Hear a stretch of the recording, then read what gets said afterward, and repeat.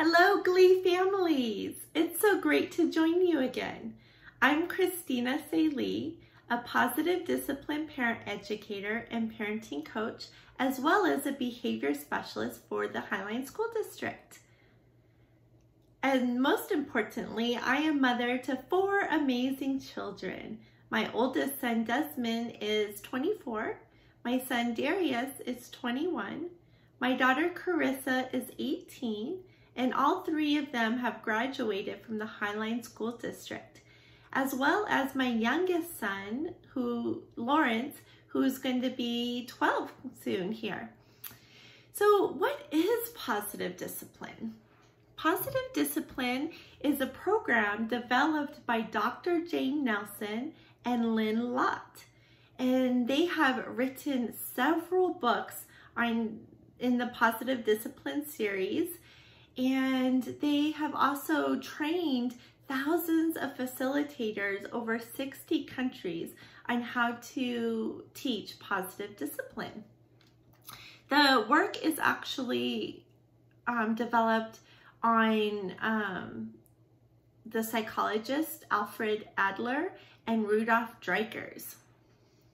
One of the premises of positive discipline is kind and firm parenting. So what does it mean to be kind and firm at the same time? A lot of us parents, we kind of flip-flop back and forth between being too kind, which is permissive parenting, and being too firm, which is authoritarian parenting. So sometimes we are too kind until we can't stand our children because they're becoming an entitled brats. And then we flip to being too firm until we can't stand ourselves. And then we flip back and forth. So positive discipline is all about being kind and firm at the same time. So what does that look like and sound like?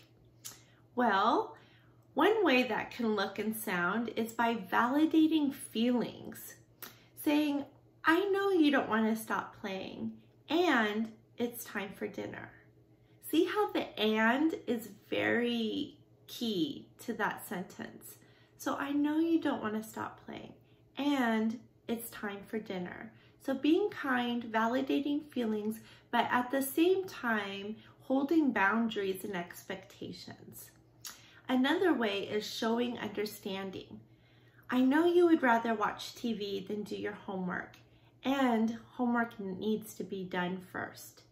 We teach teachers in the classes to do this one a lot. It's called the if-then or when-then method. So when you finish your homework, then you can watch TV. Another way is redirection. You don't want to brush your teeth, and we'll do it together. Want to race? So this one is really good for the younger children. With younger children, they don't really understand our rational explanations for why things need to be done, but they can easily be redirected, especially when we make it fun. Like, want to race? Another key way is providing a choice. So this one is especially important and good for younger children too, when we're trying to avoid power struggles. We use this one a lot in the classrooms as well. So you don't want to go to bed and it's bedtime. Do you want 1 story or 2 stories after your PJs are on? So it's really important to give children choices as much as possible when they're younger and as they're growing up. Choices allow them to have a sense of power over their own life and the choices that they make. And the more that we can give them that a little bit of power, the less likely they are to engage in power struggles with us. So the next tool that I wanted to talk about is especially important during the quarantine time. Our children are feeling a sense of stress because they don't have their normal routines of going to school or preschool or daycare. So they don't have as much routine as they're used to, and that can cause them to feel uneasy and even more stress. So it's really important that we have regular routines for our children. And even when we're not in shelter in place, this is very important with our younger children especially. Well, all ages really. I mean, we all need routines. We all have checklists, even as adults. But important for our children to feel a sense of security. And so creating routine charts should be done with your children. So again, it's really key that you do this with your children. And you want to probably start with a bedtime routine, since that tends to be the most challenging time of the day. And you want to ask your child, sit down with your child and ask them, so what are all the things you need to do to get ready for bed? And have them brainstorm the list. On this list, there could be several things like pick up toys, take a bath, brush teeth, put on PJs, go to the bathroom, have bedtime stories, and then go to sleep. So brainstorm this list with your children and then ask your children what order they should go into. Just because we think things should be done in a certain way doesn't always mean that that's the only way. Giving your child a sense of power to choose what order they do things in their routine can be important too. Now, if your child is too young, you go ahead and dictate this for them and write this for them, but let them do as much as they're able to do. So also you could draw pictures, have your child draw pictures for each of the items on the list, or better yet, especially for younger children, is taking pictures of them doing each of these things. So taking pictures of them brushing their teeth and wearing their PJs and reading stories. Kids love looking at pictures of themselves. So when you're all done creating this routine chart together, hang it in a place that your child can see it easily. And then anytime your child is forgetting what to do to get ready for bed, then you could just refer to the chart and say, oh, what's next on your routine chart? That way you don't have to nag and feel like you're always reminding them. You can just let the routine chart be the boss and be like, okay, what's next on your routine chart? And then they excitedly go over and check it, and we tend to find a lot more cooperation with that. All right, so next we're going to talk about a wheel of choice. And in our schools, we actually have what's called Kelso's choice. And it's the exact same thing as a wheel of choice, which is what we call it in positive discipline, except it has the cute little frog character along in the visual. But for this time, for this video, we'll discuss the wheel of choice. So the wheel of choice you also want to do with your child. The more you do these activities with your child and let them come up with the ideas, the more buy-in they're going to have to actually use these tools. So with the wheel of choice, you could get a white paper plate or a big piece of paper and draw a circle.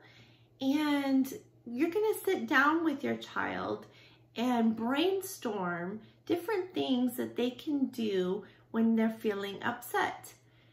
So either they're feeling upset or frustrated or sad or mad. Maybe they got in a fight with their sibling, and you're going to brainstorm some ideas that they think are helpful to help them calm down during those times. Help them feel better and more calm, or even a solution to the problem. And then you're going to draw that big circle and make pie pieces. And if your child is old enough, again, have them do this themselves. But if they're not, then you can do it for them. And then ask your child if they would like to draw pictures for each of the choices, or if they would like you to take pictures of them doing it. So some examples might be to walk away, and they can draw a picture of feet, or you could take a picture of them walking away. Another example might be to count to 10, and you could draw a picture of the number 10. Another one might be to say stop. So that's a good one when they're getting to conflict with their sibling, is for them to say stop, and they could draw a picture of a stop sign. Another example might be to go choose another activity.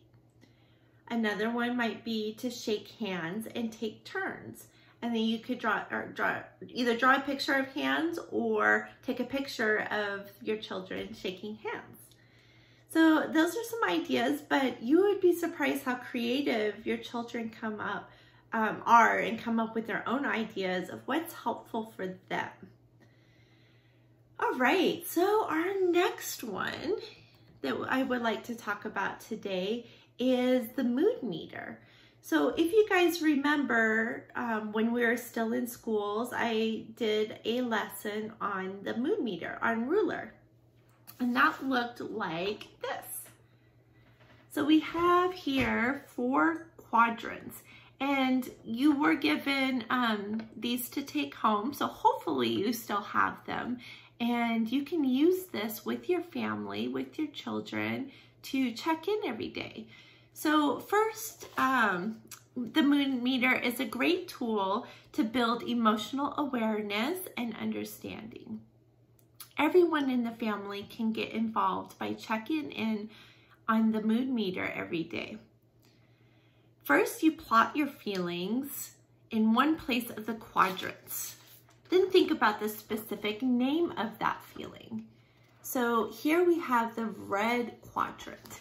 And in the red quadrant, we have feelings such as angry, fuming, troubled, peeved, worried, furious. So there's lots of words besides mad that go in the red quadrant, but those are high energy, more negative feeling. Not that any feeling is a bad feeling. It's okay to experience any feeling, but those are more your high energy, low pleasant is how we describe it, low pleasant feelings. Then you have the yellow quadrant. And the yellow quadrant is still very high energy, but more pleasant feeling. And in the yellow quadrant, we have words such as cheerful, inspired, optimistic, thrilled, joyful. So lots of different words than just saying happy, right? And then we have the blue quadrant. And in the blue quadrant, that is our low energy and less pleasant feelings. And in that quadrant, we have words such as lonely, mopey, bored, depressed, hopeless, tired, okay? And then lastly, we have the green quadrant. And that is lower energy and high pleasantness. And in that category, we have secure, satisfied, calm, carefree, peaceful. Yeah, so those are some examples. And I refer to this as the name it to tame it. And it's really important that, you know, when you're feeling a feeling, if you are able to take a moment to think about what you're feeling and name it, give it a name, then it's easier for you to tame it. So we really like to work on expanding our children's vocabulary. So having a feelings vocabulary. So having this mood meter can help you come up with, to teach them lots of different words for happy, sad, mad, glad, right? There's lots of different words to describe those feelings that can maybe portray them more accurately what they're feeling. Yeah. So also, when you're able to reflect on what caused you to feel that way and consider the consequences of that feelings. So that's another step that you can take that can be very helpful. And then you can also choose a strategy to maintain your mood if you are feeling that you like the way that you're feeling, or to shift your mood if you are feeling more on the unpleasant side and you would like to shift to the more pleasant feeling. Then you can come up with strategies, and everyone in the family can do this. So I hope you guys still have your mood meters at home, and maybe you brought them out and worked with them a little bit when we first talked about it. It'd be great for you to resume that or continue that with your families now during this time when feelings are a lot more heightened and we might be experiencing a lot more stress or unpleasant feelings as we're missing our friends and family and being outside and doing all the activities that we're used to doing. So then lastly, or not lastly, I have a few more to go with, but next I would like to talk about special time. So you might be thinking that you are in quarantine and spending so much time with your children, 24/7 with your children.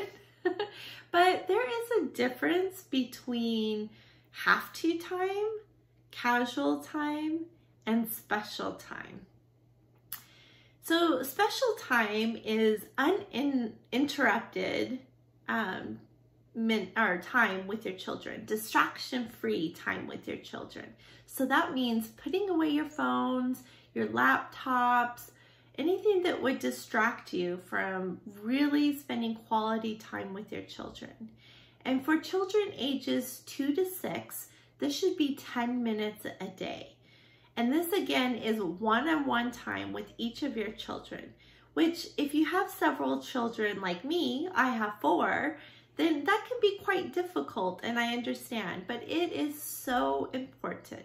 I promise you that the more time you spend having special time with your children, then the less time you will spend correcting misbehavior. So again, this is one-on-one, non-distracted time with your children, 10 minutes a day. And also, it's important to do something that your child enjoys during this time. So this isn't a time for correcting or nagging, lecturing. This isn't a time for doing chores or other training. This is time to spend doing something that your child enjoys. So you should come together and brainstorm a list of things that you could choose to do during this special time.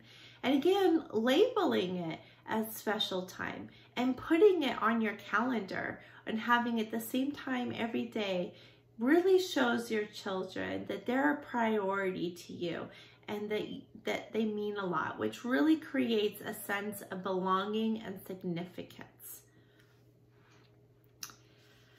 Okay, so we've talked about a few tools that I feel that are especially important, even more so right now during the shelter-in-place time when emotions may be heightened. But also, like, why is this so hard? Some of you might be thinking, like, these are great tools, but how do I put them into place? And why is it so hard sometimes when I learn about parenting tools that I agree with and try to use, but then I slip into bad habits? Some of those bad habits might be yelling. If you're anything like I was a big yeller. And it just came, you know, second nature. It just came so naturally that when I got upset, I just thought I couldn't control it and I yelled. But over time, I learned that the more that I focused on naming it to tame it, so taking that time that after I got upset to really take a deep breath and name what I was feeling and take a break. So I'm going to teach you a little bit about your brain and what's going on for you when you're feeling upset. And so I'm going to show you a model with our hands here. And if you want to do this with me, it could be really helpful for you. But this is our brain. And right here, from the wrist going up into our fist here, is our brain stem. Now, we also call this the reptilian brain. This is the part of the brain that was very first developed. And this part of the brain is responsible for all of our automatic functions, like breathing and our heartbeat and our freeze, fight, or flight response, which is also known as our stress response. So when we get upset, we freeze, fight, or flight, and that is in our brainstem. And then as you go up here, you have your thumb over, and this is our midbrain. And our midbrain is like our emotional brain. And that's where we experience our emotions, our feelings, our inner beliefs about how we perceive ourselves and others and our world. That's all stored here in our emotional state, our midbrain. And then we have our cortex. And that's right here is the most developed part of our brain. And the very tip here is the prefrontal cortex. And the prefrontal cortex is our thinking brain. And that's where we have our problem solving, our rational thought, our organization, let's see, trying to look at my thing here, all of our higher ordered ways of thinking. And that part of the brain actually isn't even developed until we're 25 years old, right? So when we get really upset and we might be triggered, we flip our lid. That's the expression we like to use in positive discipline. When we're really upset, we flip our lid. And when our lid is flipped and we come in contact with our children, then their lid flips. This is because of a thing called mirror neurons, and it works both ways. If our children's lid are flipped and they come in contact with us, then our lids might flip in reaction to that. So this is not a good time for problem solving when we're both feeling flipped. When we're feeling flipped, our prefrontal cortex is no longer engaged, and we don't have access to our problem solving skills and our rational thinking. All that is exposed is our emotional brain. All of those high emotions and our stress response, our freeze, fight, or flight response is activated. So again, this is not a good time for us to problem solve. And a lot of times as parents, we feel like when we're in the heat of the moment, it's the right time to correct our children, to teach them. And we may feel like if we don't, then they're not going to learn the lesson. But in actuality, our children can't learn anything when they're in the flipped lid mode.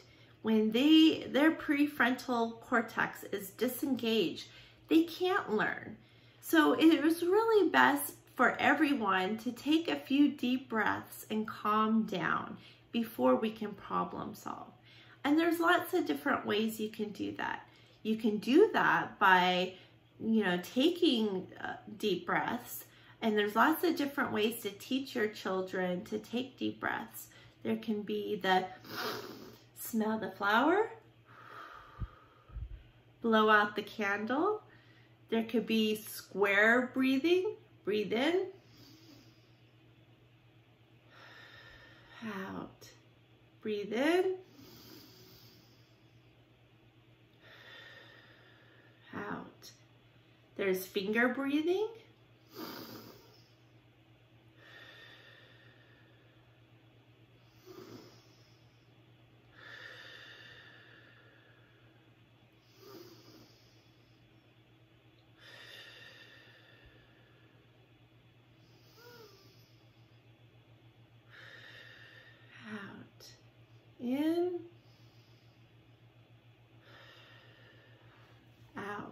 So that's a few ways to teach our children to take some deep breaths to help them calm their bodies, and a great way for us to remember to calm our bodies. Another great skill to teach our children is what we call a positive timeout. So I would like to read you a book that really demonstrates some positive discipline principles and how to create a positive timeout space with your children. And this book is called Jared's Cool Out Space.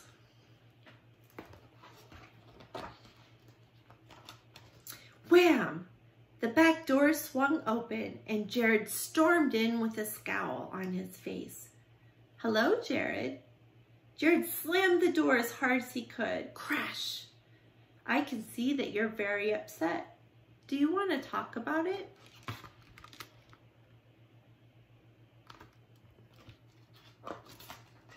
No, Jared yelled as he kicked the kitchen table. Ouch, cried Jared. Finally, Jared ran into Mommy's outstretched arms and cried while she held him. Soon Jared stopped crying and took 2 deep breaths, just the way Mommy had taught him.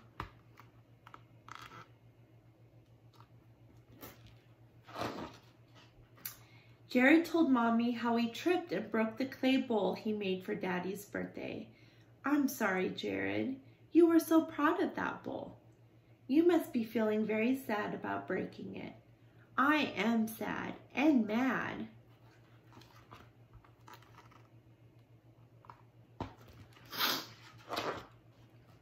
It's okay to feel sad and mad. It's not okay to hurt yourself or the table. You remembered to take deep breaths. What else could you do to calm down when you are upset? I don't know, Jared said sadly. I have an idea. Do you want to hear it? Okay, Jared said. Mommy usually has good ideas. If you could create a special place to help you calm down, what would that place look like? Jared closed his eyes and thought and thought. I know, he shouted.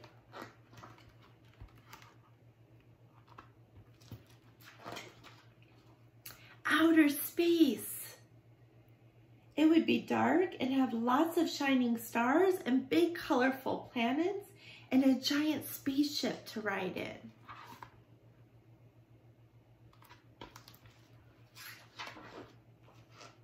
That sounds like a great idea. What will you call your special place? I'll call it Jared's Cool Out Space because it will be like outer space and will help me cool out.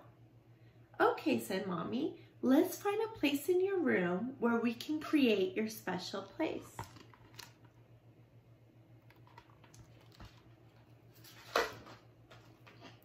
Jared pointed to a corner in his room and they found everything they needed to create his cool out space.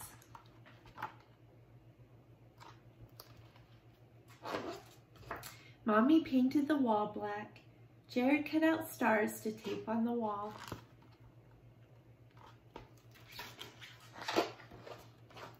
They painted styrofoam balls to look like planets and hung them from the ceiling.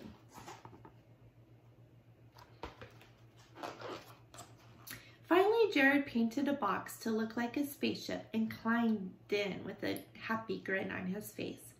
Mommy asked, how are you feeling in your cool out space? Jared said, I feel happy here. Mommy smiled. Now are you ready to create a new gift for Daddy?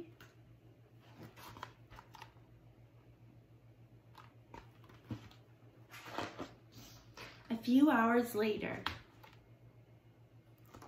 Uh-oh. Gulp. Grrr. Jared was angry. He felt his face get hot, his teeth clench, and his heart race.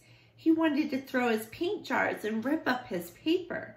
Then he remembered his cool-out space and ran to his bedroom as fast as he could. He sat under the stars and planets. Jared forgot he was in his bedroom. Soon he thought, My face isn't so hot anymore. My heart has stopped racing. Jared felt his anger drift into space. He was cooling down.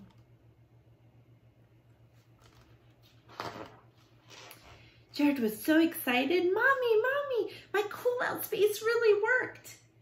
I can see that it did, Mommy said. Now you know what to do to take care of yourself when you feel angry or upset. Yeah, said Jared. And now I know what to make for Daddy's birthday. What? Mommy asked.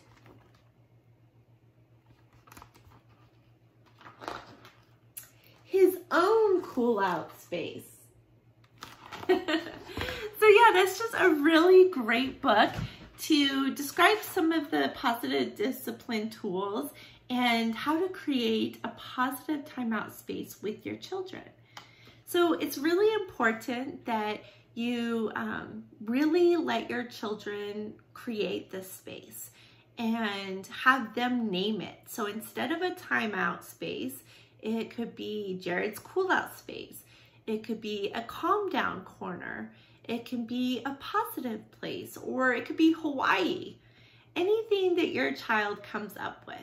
And I'm not saying that you have to paint a room black like they did in this book. That's a little extreme, but you can easily find a space in your room and have your child make that space their own and decorate it their own. And also what they didn't discuss in this book that's really important is to have your child gather a whole bunch of things that would be helpful in helping them calm down. Some things might be like these spheres here, a Hoberman sphere. That might be a good thing.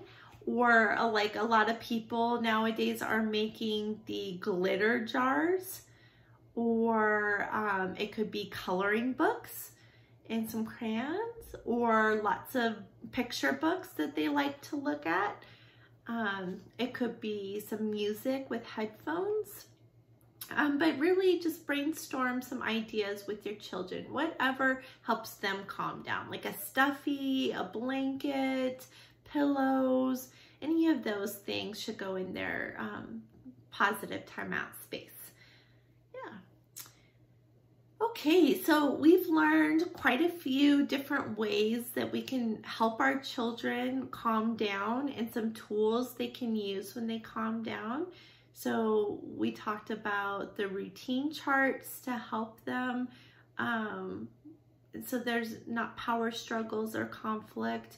We talked about the wheel of choice that they can use when they're feeling upset, or to help them calm down or problem solve. Maybe if they get in conflict with a sibling. We talked about checking in on the mood meter as a family. We talked a little bit about the brain, and again, that's something that you can teach your children as well, or maybe have them watch this part of the video where I describe the brain in the palm of the hand to help teach them. And yeah, so if you have any other questions about any of these tools, I would love for you to contact me. And the best way to do that is to go to my website. So my website is empoweredparenting.family. Again, that's empoweredparenting.family. And if you go to my website, you can subscribe to my mailing list. And when you subscribe to my mailing list, you get a few things. You get a PDF called 20 Ways to Avoid Power Struggles. So that has a lot of tips on how to avoid power struggles. And then you also get subscribed to my weekly newsletter, where I talk about different tools and how to implement them. And that's, again, every Sunday that comes out. So last week I talked about special time, like we talked about a little bit today, and how to implement special time in your family. And next week, or next Sunday, I will be coming out with another newsletter. And then also you have my website there, which is Christina@empoweredparenting.family. And feel free to reach out and ask me any questions at all. Also on my website is a link to my YouTube channel, which has lots of videos like this on different tools, and also including my daughter and her perspective on these tools and how it makes her feel. And as well is my Facebook, and I have a private parenting Facebook group called Empowered Parenting, where we talk about the tool that I introduce every week and talk about any questions we might have, any challenges we might be having in implementing, and any successes that we're having in implementing these different tools. So definitely go to my website and find out how you would best like to contact me with any questions at all. And I will be coming with another video with some more parenting tools next time. So looking forward to that, and I hope you all are doing well and staying safe and safe and healthy, and having a great time spending all this extra time with your families. Bye bye now.